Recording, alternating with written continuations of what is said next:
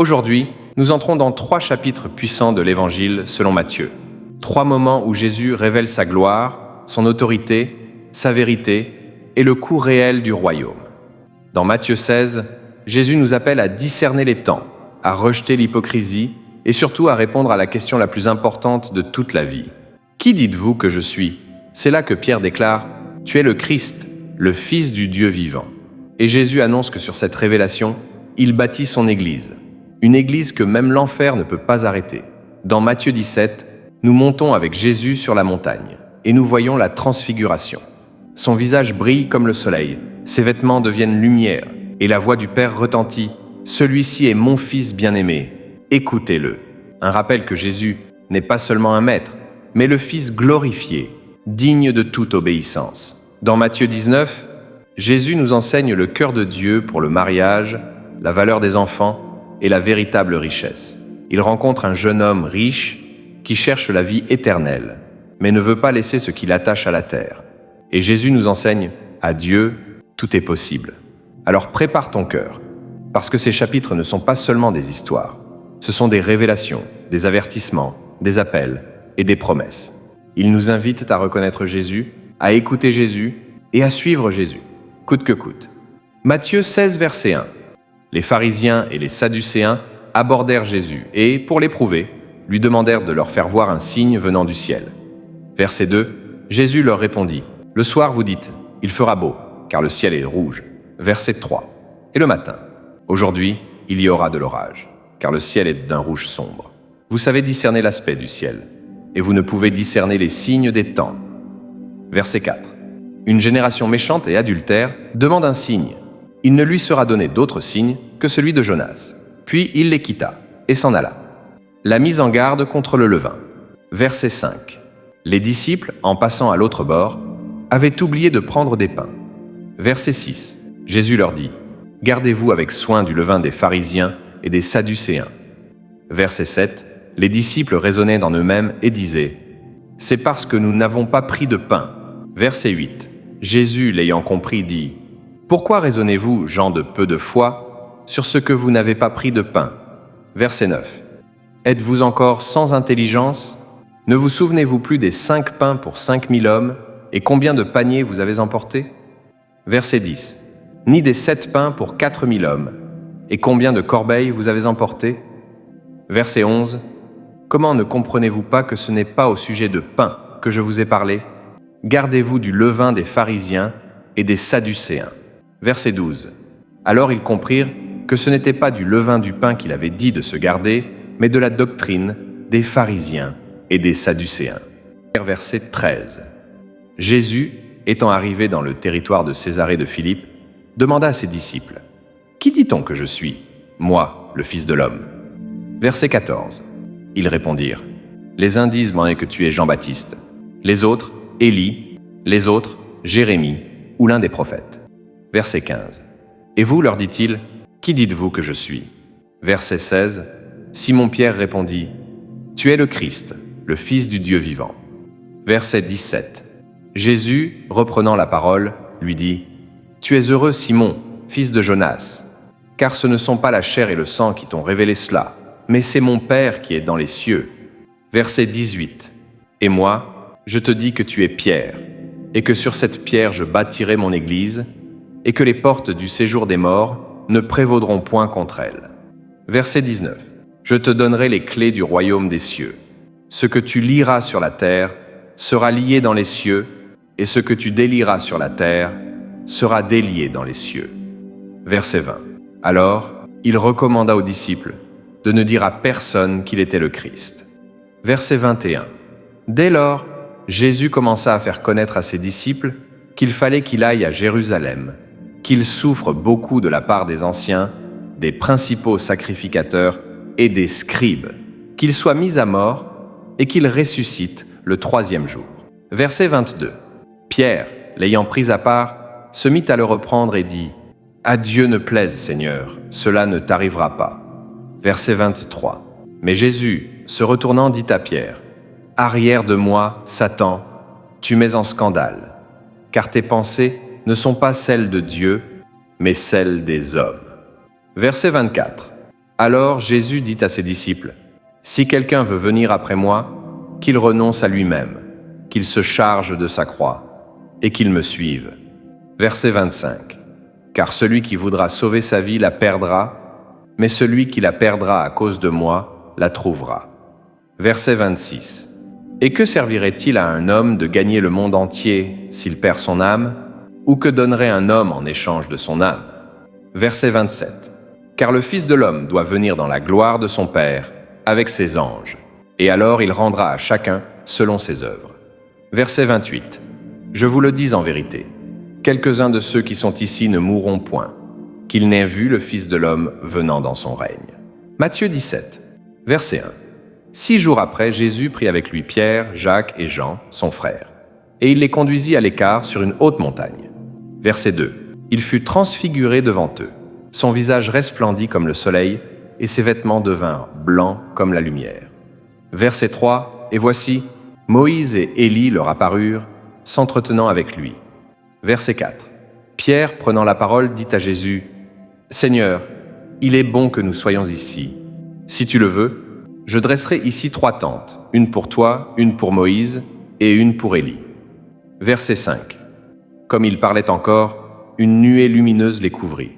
Et voici, une voix fit entendre de la nuée ces paroles. « Celui-ci est mon Fils bien-aimé, en qui j'ai mis toute mon affection. Écoutez-le. » Verset 6. Lorsqu'ils entendirent cette voix, les disciples tombèrent sur leurs faces et furent saisis d'une grande frayeur. Verset 7. Mais Jésus, s'approchant, les toucha et dit, « Levez-vous, n'ayez pas peur. » Verset 8. Ils levèrent les yeux et ne virent que Jésus seul, descente de la montagne. Verset 9. Comme ils descendèrent de la montagne, Jésus leur donna cet ordre, « Ne parlez à personne de cette vision, jusqu'à ce que le Fils de l'homme soit ressuscité des morts. » Verset 10. Les disciples lui firent cette question. « Pourquoi donc les scribes disent-ils qu'Élie doit venir premièrement ?» Verset 11. Il répondit, « Il est vrai qu'Élie doit venir et rétablir toutes choses. » Verset 12. « Mais je vous dis qu'Élie est déjà venu, qu'ils ne l'ont pas reconnu et qu'ils l'ont traité comme ils ont voulu. De même, le Fils de l'homme souffrira de leur part. » Verset 13. Les disciples comprirent alors qu'il leur parlait de Jean-Baptiste. Jésus guérit un enfant lunatique. Verset 14. Lorsqu'ils furent arrivés près de la foule, un homme vint se jeter à genoux devant Jésus et dit, verset 15, « Seigneur, aie pitié de mon fils, qui est lunatique et souffre cruellement. Il tombe souvent dans le feu et souvent dans l'eau. » Verset 16, « Je l'ai amené à tes disciples, et ils n'ont pas pu le guérir. » Verset 17, « Race incrédule et perverse, répondit Jésus. Jusqu'à quand serai-je avec vous? Jusqu'à quand vous supporterai-je? Amenez-le-moi ici. » Verset 18, Jésus parla sévèrement au démon qui sortit de lui, et l'enfant fut guéri à l'heure même. Verset 19, alors les disciples s'approchèrent de Jésus et lui dirent en particulier, « Pourquoi n'avons-nous pas pu chasser ce démon ?» Verset 20, c'est à cause de votre incrédulité, leur dit Jésus. Je vous le dis en vérité, si vous aviez de la foi comme un grain de sénévé, vous diriez à cette montagne, « Transporte-toi d'ici là », et elle se transporterait. Rien ne vous serait impossible. Verset 21, mais cette sorte de démon ne sort que par la prière et par le jeûne. Verset 22, pendant qu'ils parcouraient la Galilée, Jésus leur dit, « Le Fils de l'homme doit être livré entre les mains des hommes. » Verset 23, ils le feront mourir, et le 3e jour, il ressuscitera. Ils furent profondément attristés. Verset 24, lorsqu'ils arrivèrent à Capernaum, ceux qui percevaient de la didrachme s'adressèrent à Pierre et lui dirent, « Votre maître ne paye-t-il pas la didrachme ?» Verset 25. « Oui, dit-il. » Et quand il fut entré dans la maison, Jésus le prévint en disant, « Que t'en semble, Simon? Les rois de la terre, de qui perçoivent-ils des tributs ou des impôts? De leurs fils ou des étrangers ?» Verset 26. Il répondit, « Des étrangers. » Et Jésus lui dit, « Les fils en sont donc exempts. » Verset 27. « Mais, pour ne pas les scandaliser, va à la mer, jette l'hameçon, et tire le premier poisson qui montera. Ouvre-lui la bouche, et tu trouveras un stataire. Prends-le et donne-le-leur pour moi et pour toi. » Matthieu 19, verset 1. Lorsque Jésus eut achevé ses discours, il quitta la Galilée et alla dans le territoire de la Judée, au-delà du Jourdain. Verset 2. Une grande foule le suivit, et là, il guérit les malades. Verset 3. Les pharisiens l'abordèrent et dirent, pour l'éprouver, est-il permis à un homme de répudier sa femme pour un motif quelconque? Verset 4. Il répondit, n'avez-vous pas lu que le Créateur, au commencement, fit l'homme et la femme, verset 5, et qu'il dit, c'est pourquoi l'homme quittera son père et sa mère, et s'attachera à sa femme, et les deux deviendront une seule chair? Verset 6. Ainsi ils ne sont plus deux, mais ils sont une seule chair. Que l'homme donc ne sépare pas ce que Dieu a joint. Verset 7. Pourquoi donc, lui dirent-ils, Moïse a-t-il prescrit de donner une lettre de divorce et de répudier? Verset 8. Il leur répondit, c'est à cause de la dureté de votre cœur que Moïse vous a permis de répudier vos femmes. Au commencement, il n'en était pas ainsi. Verset 9. Mais je vous dis que celui qui répudie sa femme, sauf pour cause d'infidélité, et qui en épouse une autre, commet un adultère. Verset 10. Ses disciples lui dirent, si telle est la condition de l'homme à l'égard de la femme, il n'est pas avantageux de se marier. Verset 11. Il leur répondit, tous ne comprennent pas cette parole, mais seulement ceux à qui cela est donné. Verset 12. Car il y a des eunuques qui le sont dès le ventre de leur mère. Il y en a qui le sont devenus par les hommes, et il y en a qui se sont rendus tels eux-mêmes, à cause du royaume des cieux. Que celui qui peut comprendre comprenne, Jésus et les petits-enfants. Verset 13. Alors, on lui amena des petits-enfants, afin qu'il leur imposât les mains, et qu'il pria pour eux. Mais les disciples les repoussèrent. Verset 14. Et Jésus dit, laissez les petits-enfants, et ne les empêchez pas de venir à moi, car le royaume des cieux est pour ceux qui leur ressemblent. Verset 15. Il leur imposa les mains, et partit de là. Verset 16. Et voici, un homme s'approcha, et dit à Jésus, Maître, que dois-je faire de bon pour avoir la vie éternelle? Verset 17. Il lui répondit, pourquoi m'interroges-tu sur ce qui est bon? Un seul est le bon. Si tu veux entrer dans la vie, observe les commandements. Verset 18, lesquels? Lui dit-il. Et Jésus répondit, tu ne tueras point, tu ne commettras point d'adultère, tu ne déroberas point, tu ne diras point de faux témoignages. Verset 19, honore ton père et ta mère, et tu aimeras ton prochain comme toi-même. Verset 20. Le jeune homme lui dit, j'ai observé toutes ces choses, que me manque-t-il encore? Verset 21, Jésus lui dit, si tu veux être parfait, va, vends ce que tu possèdes, donne-le aux pauvres, et tu auras un trésor dans le ciel. Puis viens et suis-moi. Verset 22. Après avoir entendu ces paroles, le jeune homme s'en alla tout triste, car il avait de grands biens. Verset 23. Jésus dit à ses disciples, je vous le dis en vérité, un riche entrera difficilement dans le royaume des cieux. Verset 24.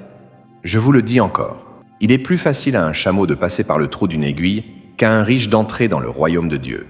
Verset 25. Les disciples, ayant entendu cela, furent très étonnés et dirent, qui peut donc être sauvé? Verset 26. Jésus les regarda et leur dit, aux hommes cela est impossible, mais à Dieu tout est possible. Verset 27. Pierre, prenant alors la parole, lui dit, voici, nous avons tout quitté, et nous t'avons suivi. Qu'en sera-t-il pour nous? Verset 28. Jésus leur répondit, je vous le dis en vérité, quand le Fils de l'homme, au renouvellement de toutes choses, sera assis sur le trône de sa gloire, vous qui m'avez suivi, vous serez de même assis sur 12 trônes, et vous jugerez les 12 tribus d'Israël. Verset 29. Et quiconque aura quitté, à cause de mon nom, ses frères, ou ses sœurs, ou son père, ou sa mère, ou sa femme, ou ses enfants, ou ses terres, ou ses maisons, recevra le centuple, et héritera la vie éternelle. Verset 30. Plusieurs des premiers seront les derniers, et plusieurs des derniers seront les premiers. Abonne-toi pour recevoir chaque jour une parole qui fortifie ta foi et transforme ta vie.